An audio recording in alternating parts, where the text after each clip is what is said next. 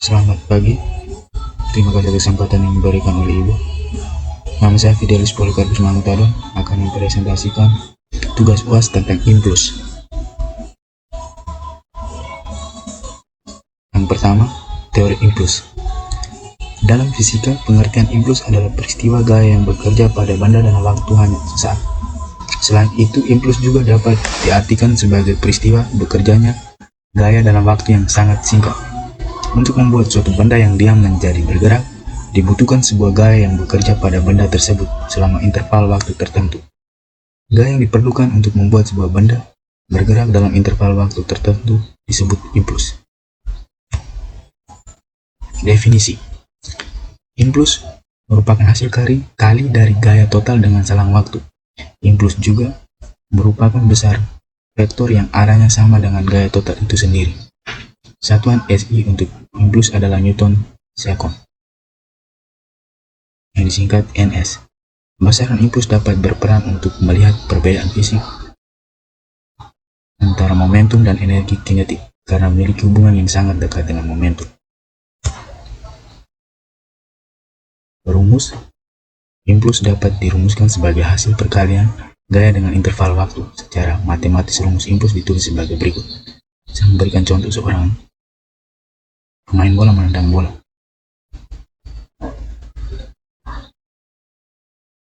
Saat menendang bola ada gaya dan selang waktu ketika mengayun kaki mengenai bola. Jadi rumus yang didapat yaitu I sama dengan F kali delta T. Ada gaya dan ada selang waktu. Kita masuk ke contoh soal.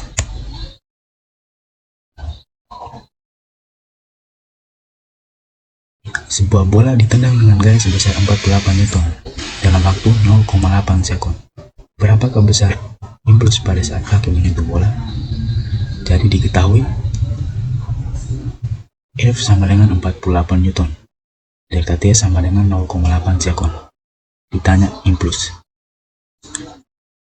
Masukkan rumus I sama dengan F kali delta T.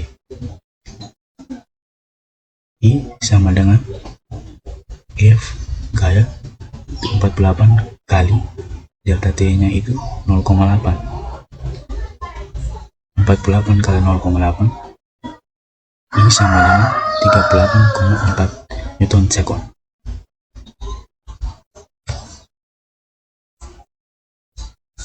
Hubungan momentum dan impuls.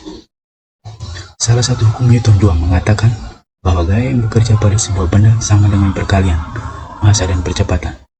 Dengan adanya pernyataan tersebut, maka akan mudah mengukur impuls, yaitu dengan bantuan momentum.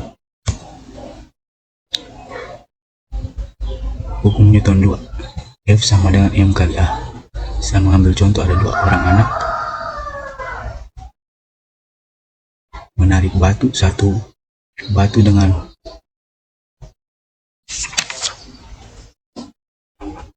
massa yang lebih besar dan satu yang lebih ringan. Jadi massa yang lebih besar itu yang menariknya membutuhkan gaya yang lebih besar, sedangkan batu yang lebih ringan itu tidak memiliki gaya tarikan yang terlalu besar. Lalu jika kita masuk ke dalam rumus impuls I sama dengan F kali delta T, maka akan muncul rumus baru seperti berikut ini, yaitu I sama dengan F kali delta T. I sama dengan massa kali kecepatan T2 kurang T1. I sama dengan massa kali V per T buka kurung T2 kurang T1.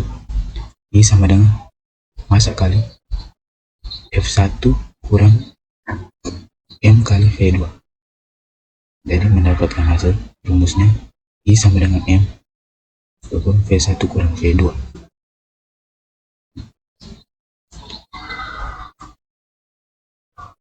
I sama dengan M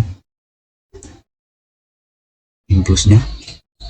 Setelah itu V1 itu bola sebelum ditumbuhkan, V2 nya itu bola setelah tumbukan. Saat tumbukan bola di dinding dan saat sebelum memantul.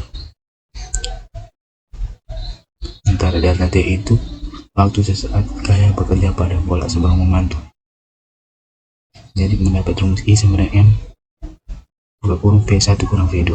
Keterangannya I sama dengan impuls itu Newton sekon, F itu gaya Newton, delta T selang waktu, M itu massa kilogram, A itu percepatan meter sekon persegi, F itu kecepatan meter per sekon, T itu waktu. Masuk ke contoh soal.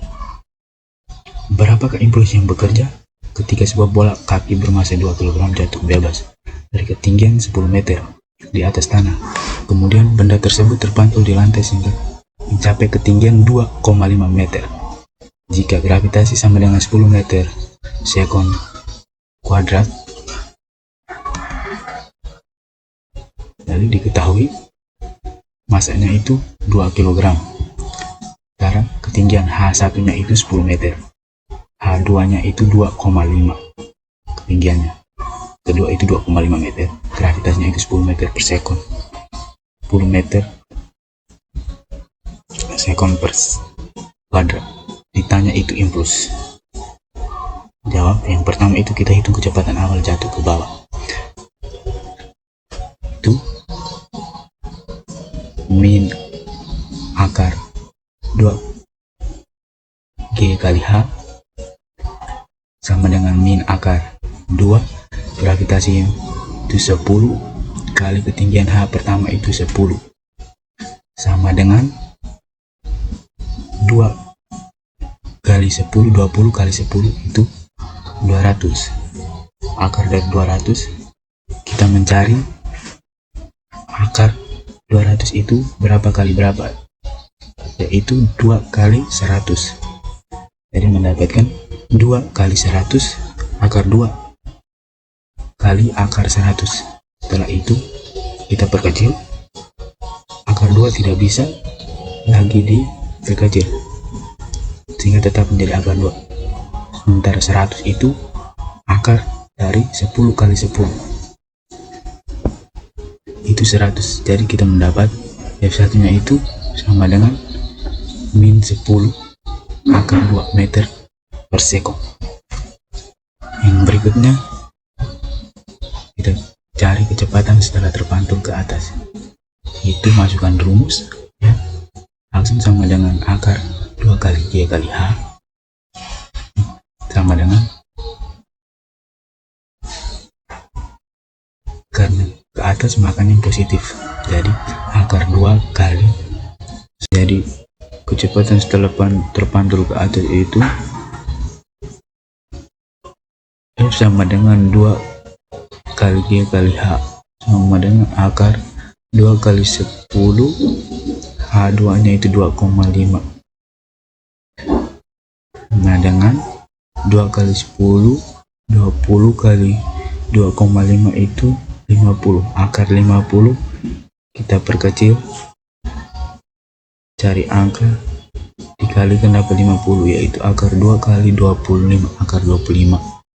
Nah, itu akar 2 itu tidak bisa diperkecil, lalu akar 25 itu bisa diperkecil, itu 5 kali 5, jadi 5 akar 2. V2 nya itu sama dengan 5 akar 2 meter per sekon. Setelah itu kita mendapatkan V1 dan V2, maka kita masukkan ke rumus I sama dengan M kali V2 kurang V1. I sama dengan M tadi masanya 2 kali F2 nya dari 5 akar 2 kurang F1 nya min 10 akar 2. I sama dengan 2 kali 5 akar 2 tambah 10 akar 2. Tandanya berubah karena min kali min positif. Jadi I sama dengan 2 kali 15 akar 2. 15 sendiri didapat dari 5 akar 2 tambah 10 akar 2, yaitu 5 tambah 10, 15 akar 2. Setelah itu I sama dengan 2 kali 15 akar 2. I sama dengan 30 akar 2 kg meter per sekund. 30 didapat dari 2 kali 15, 30 akar 2. Yang berikut tumbukan. Tumbukan sentral adalah tumbukan yang terjadi bila titik pusat benda yang satu menuju ke titik pusat benda yang lain. Tumbukan sendiri dibagi menjadi 3, yaitu lanting sempurna, tidak lanting sama sekali, dan lanting sebagian. Tumbukan lanting sempurna. Tumbukan lanting sempurna terjadi jika energi kinetik sebelum tumbukan sama dengan energi kinetik setelah tumbukan. Dengan kata lain, semua energi kinetik di kondisi awal menjadi energi kinetik di kondisi akhir. Pada tumbukan ini berlaku hukum kekekalan energi mekanik. Tumbukan lanting sebagian. Tumbukan lanting sebagian terjadi jika energi kinetik sebelum tumbukan berubah menjadi energi panas, gesekan, bunyi, atau deformasi. Dan belum energi yang mengubah bentuk benda setelah tumbukan.